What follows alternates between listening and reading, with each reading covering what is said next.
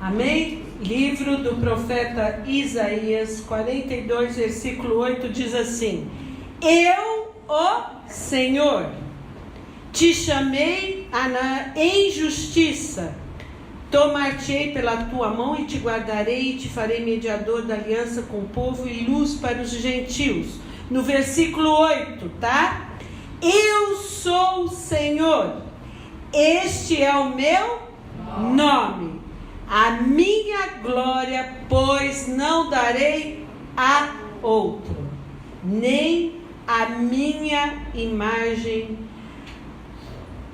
nem a minha honra às imagens de escultura, ou nem a minha glória às imagens, o meu louvor, amém? Então Deus não dá a glória dele, Ele não reparte a glória dele com ninguém, absolutamente ninguém. A glória sempre é do Senhor. E hoje nós vamos começar então essa série de mensagens sobre os 7 pecados capitais, chamados capitais, e nós vamos fazer isso no mês de fevereiro até março, tá? O primeiro aspecto que eu quero ressaltar e afirmar para vocês entenderem, é que o conceito dos 7 pecados capitais não consta da Bíblia. Então o conceito, de novo, dos 7 pecados capitais não consta na Bíblia Sagrada. A Bíblia Sagrada fala das obras da carne em Gálatas 5. A Bíblia fala em Efésios e em Colossenses. Ela fala do caráter do homem afastado de Deus. Em Provérbios 6, Deus fala aquilo que ele abomina, mas a Bíblia não fala dos 7 pecados capitais. Essa ideia dos 7 pecados capitais surgiu no século IV da nossa era cristã, tá? E essa ideia surgiu através de um movimento que se chama movimento monástico. Ora, o que é uma vida monástica? É uma vida quando uma pessoa, ela pega e se isola num lugar e se fecha para o mundo. Não é? Quem já ouviu falar? Em seminários, em tantas coisas. Então ela se isola do mundo, ela quer viver isolada do mundo. E nisso surge o monastério, que é um lugar onde as pessoas, elas se colocam lá e elas ficam alheias ao mundo, elas querem sair do mundo. E nesse monastério, as pessoas que estão lá se chamam monges. Amém? Todos entenderam? Então, como que surge essa ideia? Quando o imperador Constantino, quem era o império na época de Jesus? Era Roma, amém? Então Roma dominava o mundo. Roma era que nem os Estados Unidos hoje, que dominava todos os povos, impunha a paz deles, entre aspas, que a paz dele era: se você fizer alguma coisa eu te mato, põe na cruz. E foi aí que Jesus foi para a cruz também, não é? Mas o imperador Constantino, já no século IV, mais ou menos, esse imperador, ele se converteu ao cristianismo. Porque até então a igreja era perseguida, os cristãos eram perseguidos, os cristãos eram mortos, porque não era a religião oficial de Roma. Roma tinha vários deuses. E aí esse imperador Constantino, ele pega e faz um edito, que chama Edito de Milão, no ano 313. E nesse edito ele fala que a partir daquele dia, o cristianismo seria a religião oficial de Roma. Então, nesse momento, a igreja para de ser perseguida. Mas existe um problema grande aí. Porque quando a igreja faz amizade com o Estado, que é o poder, não é? O Estado não é poder? Ela começa a perder o propósito ao qual ela foi chamada. Porque ela foi chamada para ser voz profética da injustiça. E quando ela se aliou a Roma, ela se corrompeu. Se corrompeu por quê? Por causa do poder, do status, do dinheiro, de tudo isso. Então a igreja, nesse momento, ela perdeu o objetivo principal dela. Ela se corrompeu, ela se aliou ao Estado, e para fazer aquilo que o Estado queria, e ela começa a entrar então na igreja a promiscuidade, começa a entrar a corrupção, começa a entrar a injustiça, começa a entrar o status, começa a entrar tudo aquilo que Jesus havia condenado. E aí então, percebendo isso, alguns homens, porque quem não percebe a injustiça aqui? Quem não percebe as igrejas que são falsas? Então, naquele tempo, a mesma coisa.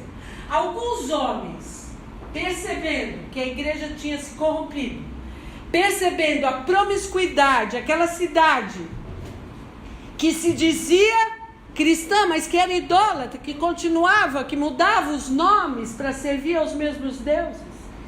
Alguns homens, eles fugiram de Roma e foram para o deserto. Eles foram para o deserto no Egito. E esses homens, eles formaram o movimento monástico. Então eles se isolaram ali no monastério, e aí surge uma figura que chama Evagrio Ponto. Eu estou contando isso porque vocês vão saber como que é os 7 pecados. E esse monge grego, Evagrio Ponto, ele então ali no monastério, ele começa a descrever o que ele considerava os 8 pecados piores que havia lá em Roma. Ele começa a escrever as paixões mundanas. Ele começa a ver o que mais marcou dele para ele sair daquele lugar. E aí ele começa a descrever esses pecados. E aí ele descreve em ordem crescente de importância. Naquela época, o orgulho, a vanglória, a preguiça, a melancolia, a ira, a luxúria, a avareza e a gula. Para o Evagrio, os pecados tornavam-se piores à medida que a pessoa se tornava mais egocêntrica, ou seja, só eu. A minha vida se baseia em torno de mim. O que é bom para mim está bom, o que não é eu, mando embora. Então, isso ele dizia, afastaria o homem do espírito, que a origem do homem está em Deus. E aí o que acontece? Um dos discípulos desse Evagrio, que se chama o monge João Cassiano, pega esses escritos que ele escreveu, descrevendo os pecados, descrevendo as paixões mundanas, e leva para a rua. E aí no século VI, isso nós estamos no século IV, já se passaram 2 séculos, no século VI o Papa Gregório, Gregório I, ele era chamado de Gregório Magno, modifica essa lista. Ele pega a lista e modifica essa lista e consolida essa lista, que vai ser a lista clássica, que aí sim ele vai integrar no catolicismo romano. Então ele integra essa lista no catolicismo. Mais tarde, alguns teólogos, entre eles Tomás de Aquino, eles olham esses pecados, eles analisam novamente a gravidade desses pecados e eles finalizam essa lista, que está desde o século VII presente no catolicismo romano e ensinado na catequese. Quando as crianças vão na catequese, elas vão aprender sobre os 7 pecados capitais, a saber, a lista agora oficial. Então veio o orgulho, a inveja, a ira, a preguiça, a avareza, a gula e a luxúria. Mais recentemente, em 2008, precisamente dia 10 de março de 2008, O Papa Bento XVII, ele acrescentou os pecados contemporâneos agora da nossa era, ele acrescentou mais pecados. Então ele acrescentou a manipulação genética, ele acrescentou o uso de drogas, ele acrescentou a desigualdade social e a poluição ambiental e integrou junto com essa lista. Mas nós vamos ficar aqui com 7 pecados que nós vamos falar. Por que são pecados capitais? Por que esse nome? Pecado capital. Porque capitais são pecados cabeça, ou seja, desse pecado origina-se mais pecados. Então, de um pecado grande vai acumular mais pecados. Por exemplo, né? Vamos dar um exemplo. A ira, ela vai produzir o quê? A vingança, não vai? Produz outro. O orgulho vai produzir o quê? A vaidade. Porque se eu sou orgulhosa, eu tenho vaidade. Amém? E a Igreja Católica ainda, além de tudo isso, ainda ela fez uma distinção entre pecados. Você já viu isso?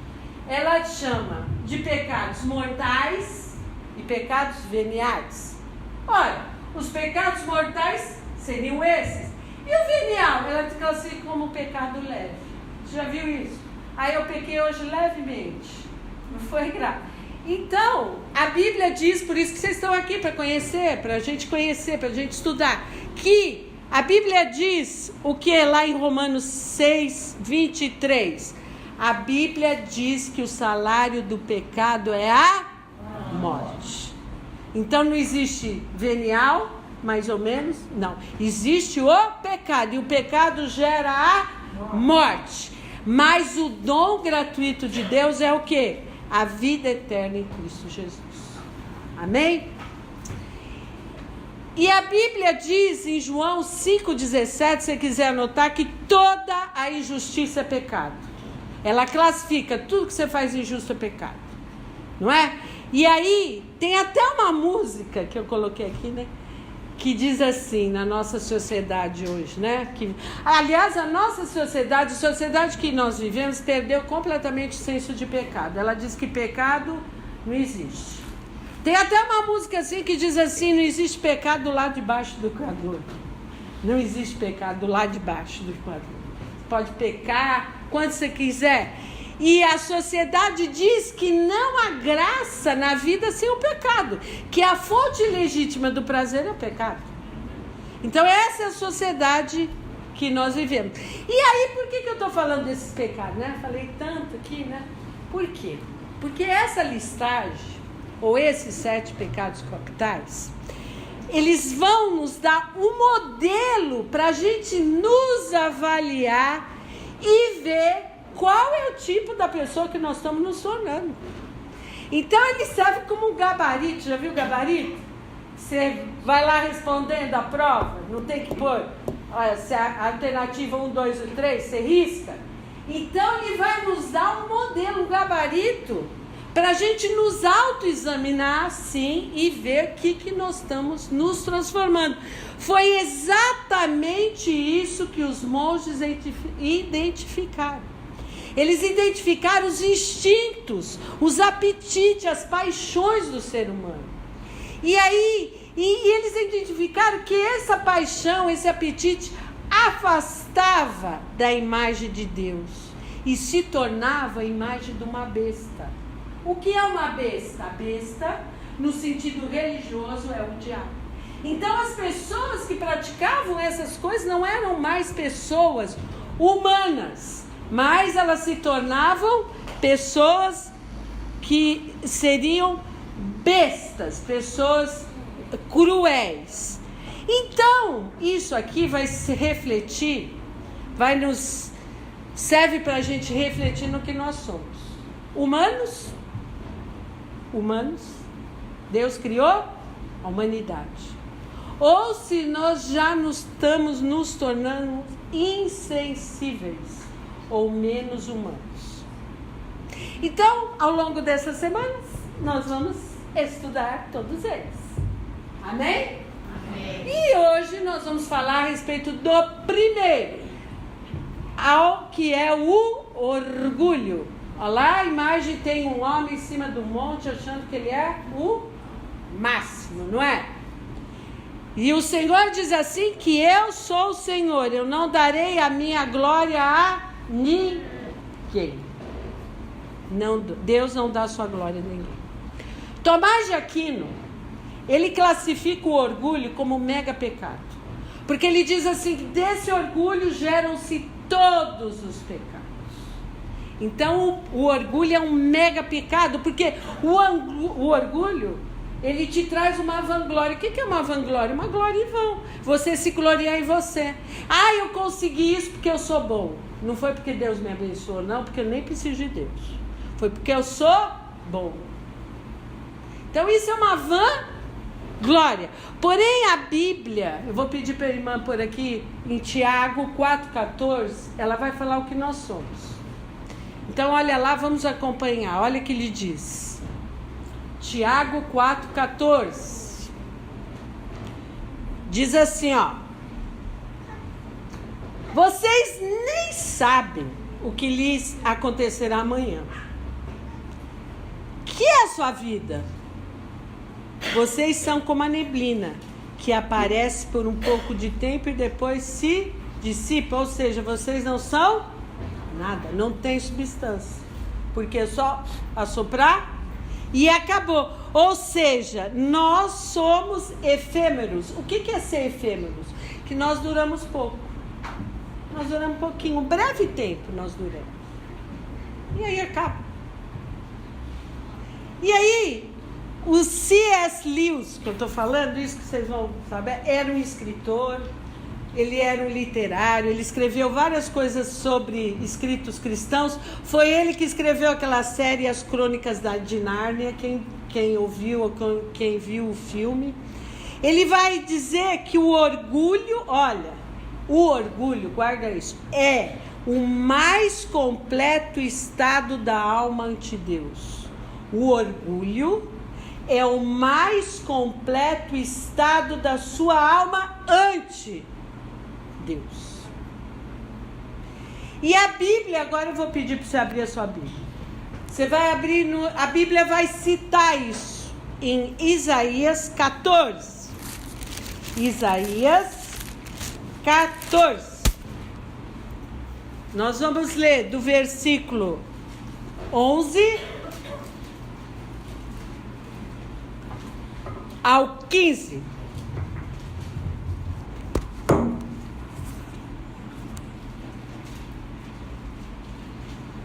Acharam Isaías? Amém? Então vamos ler.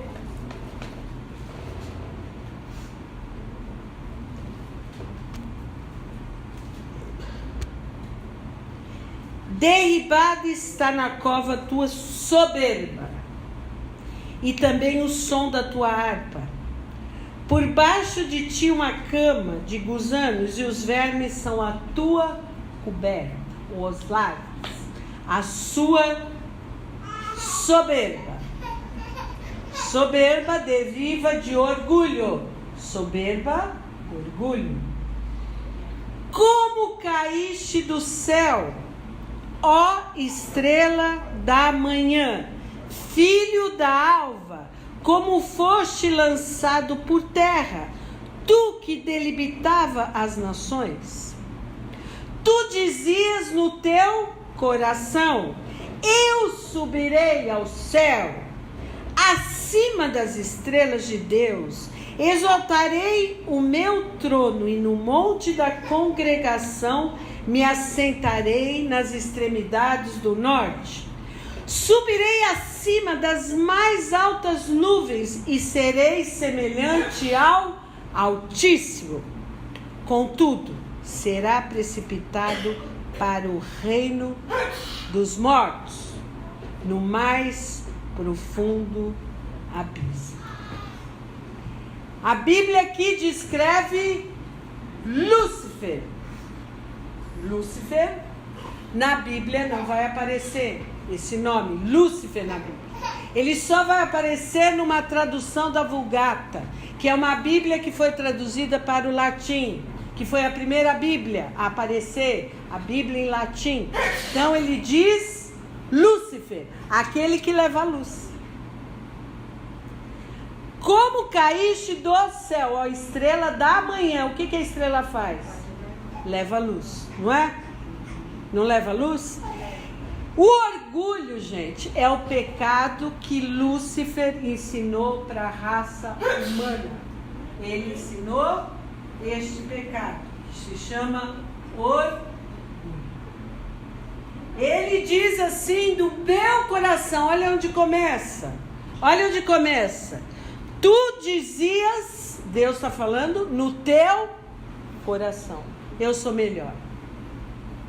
Eu não preciso mais de ninguém, porque eu me basto. Eu sou o cara. Não tem mais ninguém.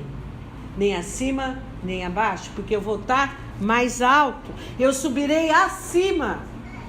Acima das nuvens. O orgulho é a personificação do mal, ou seja, eu existo para mim mesmo. Eu existo para sempre, porque aí ele já achou que ele existia para sempre. Serei semelhante a Deus. Ou seja, Deus dá licença, porque agora eu estou entrando.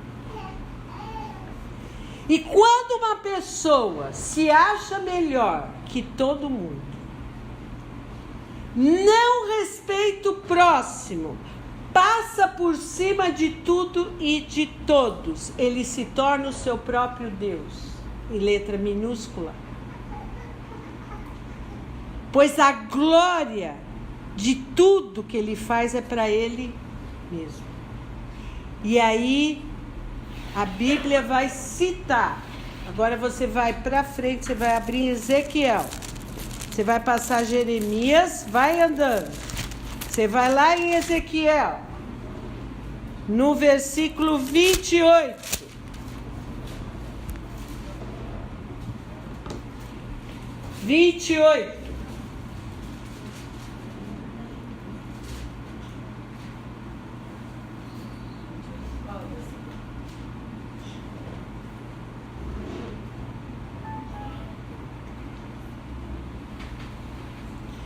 No versículo 13.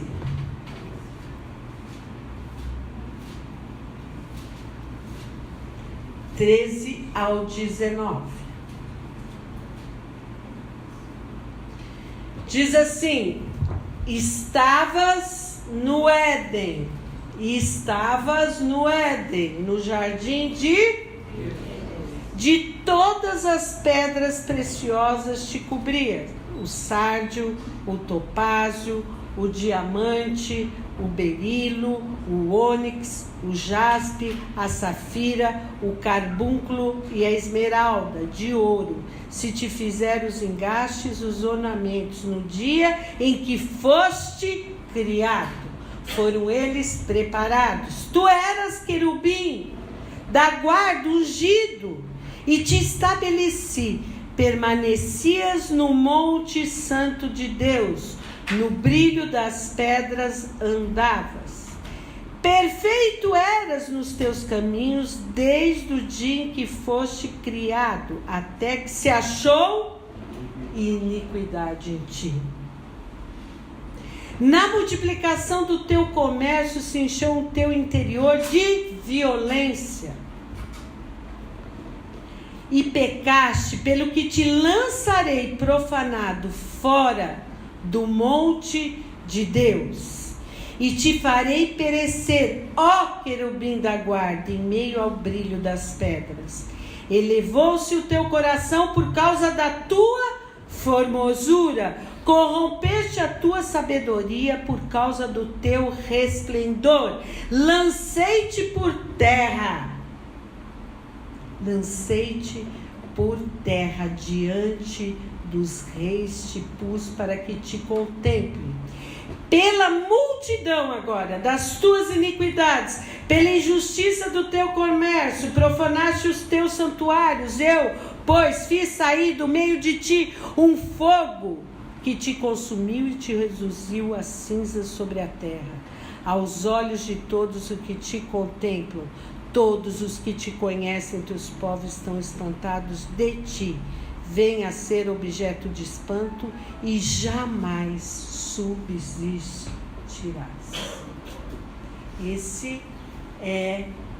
Essa é a história de Lúcifer.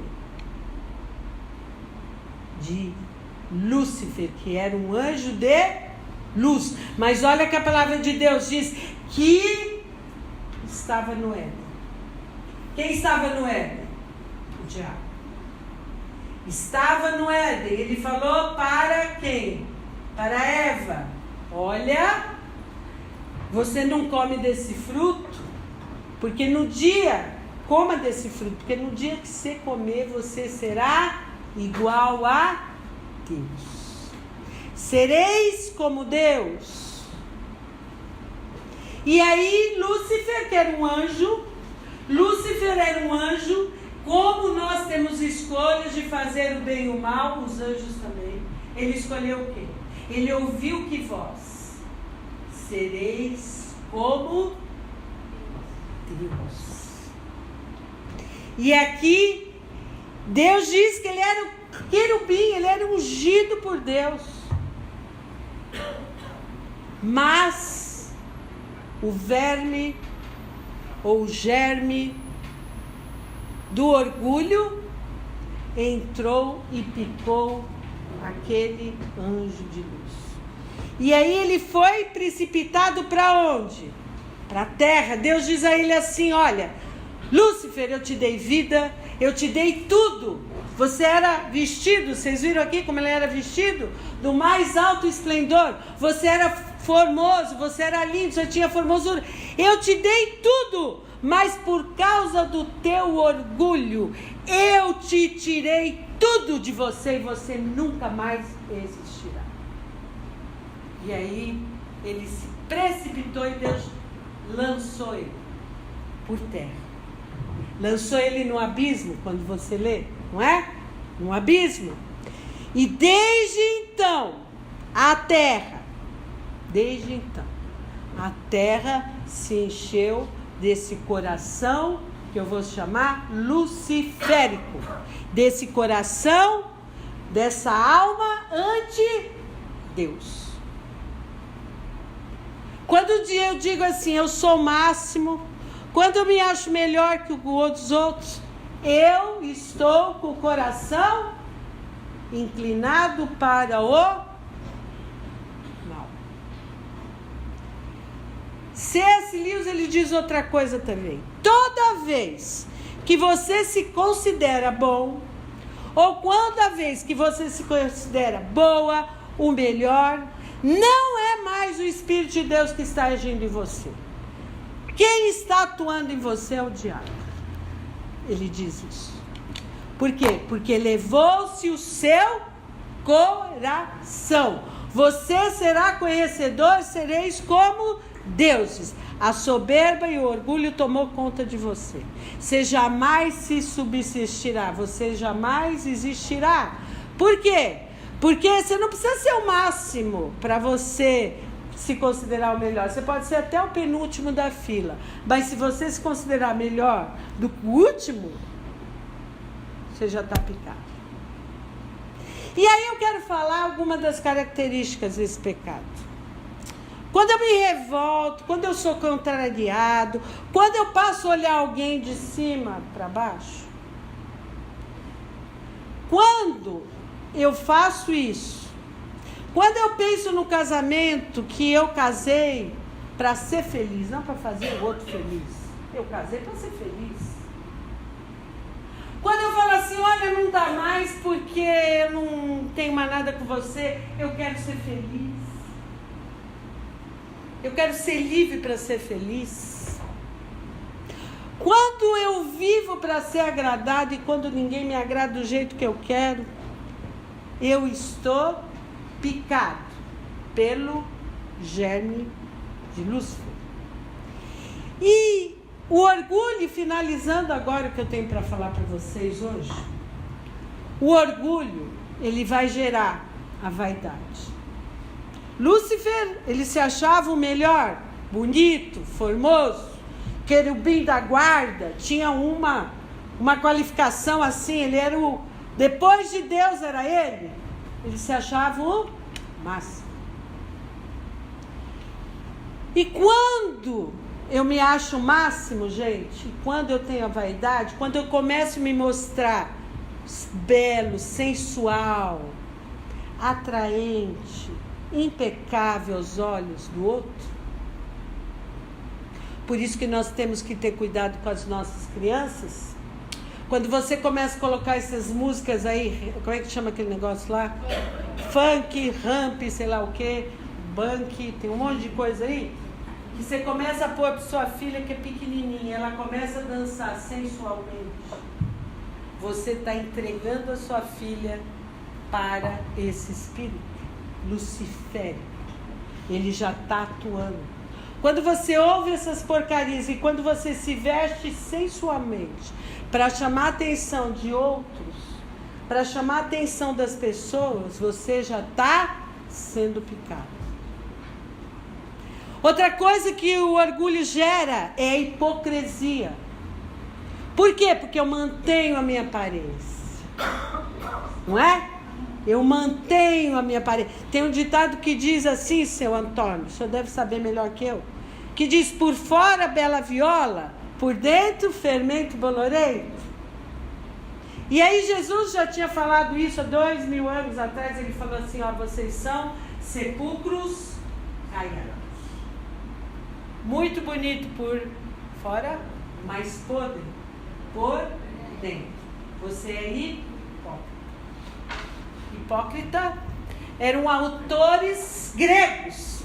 Quando eles iam atuar no teatro, eles eram chamados de hipócritas, porque eles estavam representando algo que eles não eram.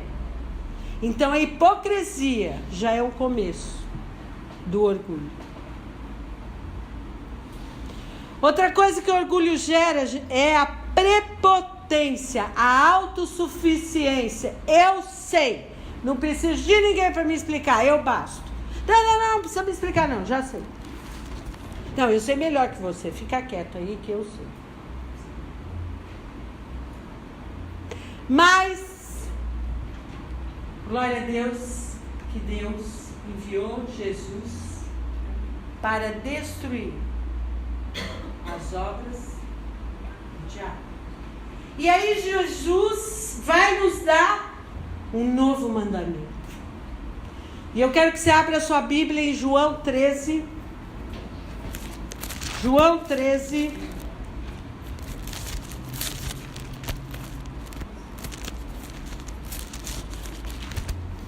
Nós já estamos terminando. João 13.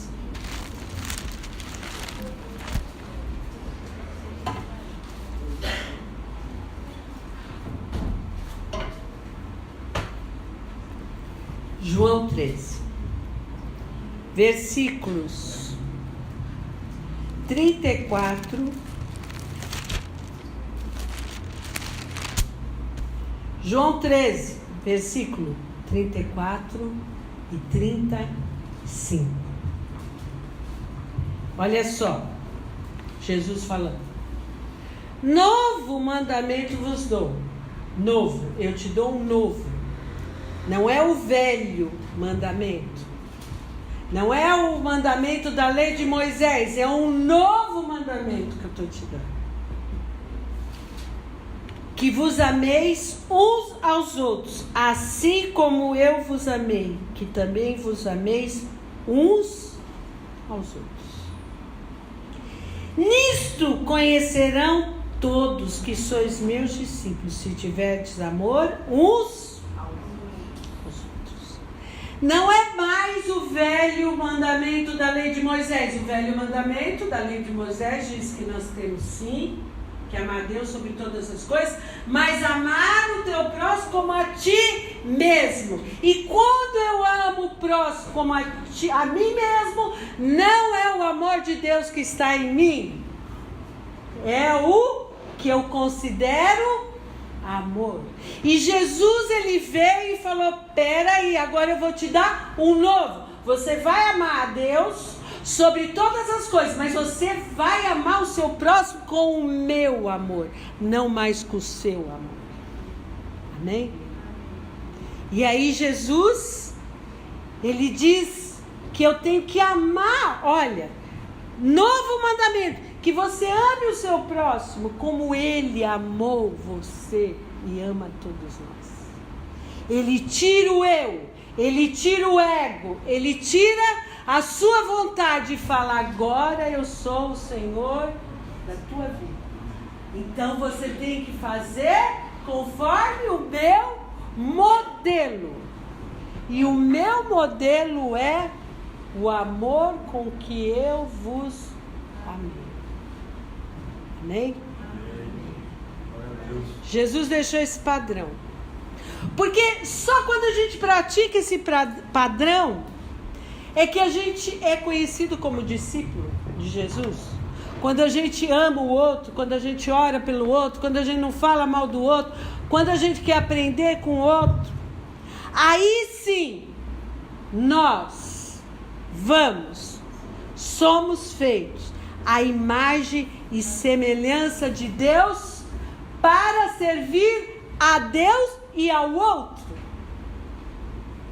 Eu tenho que servir a Deus e ao outro, portanto, eu vou estar abaixo do outro, porque eu fui feito para servir.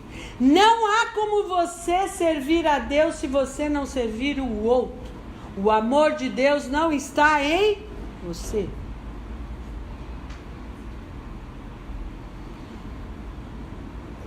Amém? E aí, a Bíblia diz, Paulo, o apóstolo Paulo, ele diz, eu quero que você abra a sua Bíblia, Filipenses 2.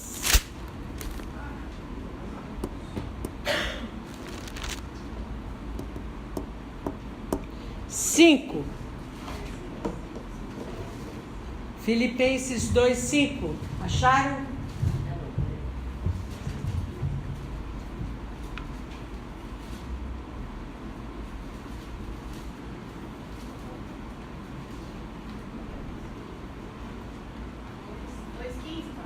Dois, 5. Acharam? Que número que é a página? Quem achou, por favor? 914. Como? 914.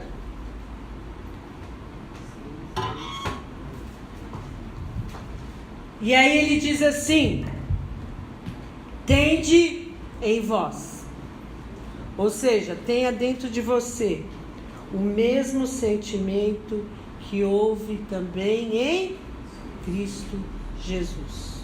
Não mais a altivez, não mais a soberba, não mais um coração corrupto, mas agora o esvaziamento. Mas agora o amor, não o amor humano, mas o amor de Deus. Para quê? Aí ele vai falar para quê que é tudo isso, meu irmão. Aqui no versículo 15. Agora sim. Para que vos torneis irrepreensíveis e sinceros, filhos de Deus, inculpáveis no meio de uma geração pervertida e corrupta, na qual resplandeceis como luzeiros do mundo. É essa a imagem, é isso que foi a forma do Criador. Deus te criou para você se esvaziar, para você, no meio dessa geração pervertida, que hoje está onde? Pulando carnaval, fazendo tantas coisas, porque é uma geração pervertida e nós, eu e você, temos que ser profetas e anunciar para esse povo que está tudo errado, que eles têm salvação, que eles podem ter propósito, que eles podem estar cheios de Deus.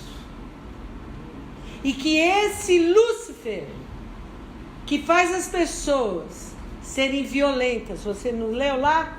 Porque você era violento, nasceu a violência, nasceu a agressividade, nasceu a promiscuidade, a libertinagem, tantas coisas. Não mais. Então, meu irmão, presta atenção. Não existe o assédio sexual? Nós temos que lutar contra o assédio de Lúcifer, porque Lúcifer nos assedia todos os dias. E esse assédio vem sussurrar aqui no meu ouvido, no seu ouvido. Se existe alguém importante nesse mundo, esse alguém sou eu, ou é você. Mas o apóstolo Paulo, ele disse: se eu tenho que me gloriar, que eu me glorie na cruz de Cristo, porque não sou eu mais que vive em mim, mas Cristo vive em mim. Nossa oração diária. Quem faz oração diária aqui? Sabe qual tem que ser? Jesus, que a minha vontade morra na cruz. E eu quero viver não mais eu, mas eu quero que tu viva dentro de mim. Para que eu possa amar, sim, Deus sobre todas as coisas. E amar o meu próximo com o amor de Cristo. Amém? Vamos nos levantar?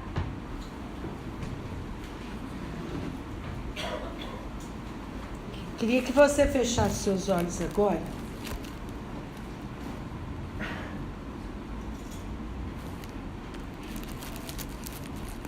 Pedir para o Ministério do Louvor.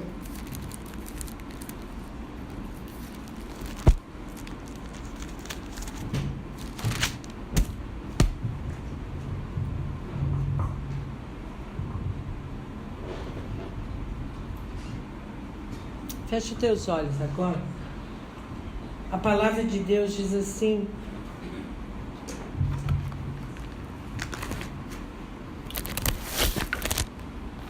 em Isaías 1:18,